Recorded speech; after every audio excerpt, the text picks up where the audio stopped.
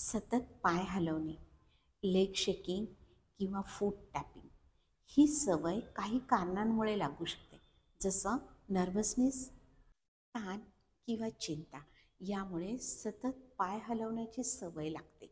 Restless leg syndrome यात पायांना जळजळ होणे, मुंग्या होणे, अस्वस्थता जाणवणे यामुळे सतत पाय हलवावेसे वाटतात आणि यामुळे आराम वाटतो म्हणून व्यक्ती सतत पाय हलवते.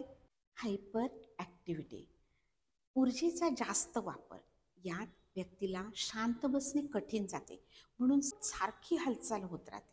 तर ही हालचालींची शरीराला सवय लागते म्हणून अशी व्यक्ती शांत बसली तरी सुद्धा पाय सतत हलवत राहते. खूप वेळा थकवा किंवा रक्ताभिसरणातील अडचण यामुळे पाय हलवले जातात. या सर्व गोष्टींची सवय होते. नुसते पायच नाही तर हळूहळू संपूर्ण शरीर हलवायची सवय लागते. आयर्न डेफिशियन्सी, लोहाची कमतरता ही मज्जातंतूंवर परिणाम करते.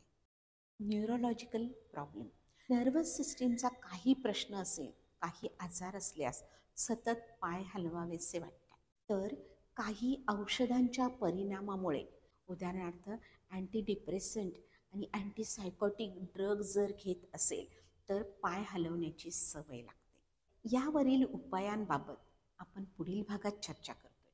तर अशाच माहितीसह आपण भेटतोय एक पाऊल आरोग्याकडे. धन्यवाद.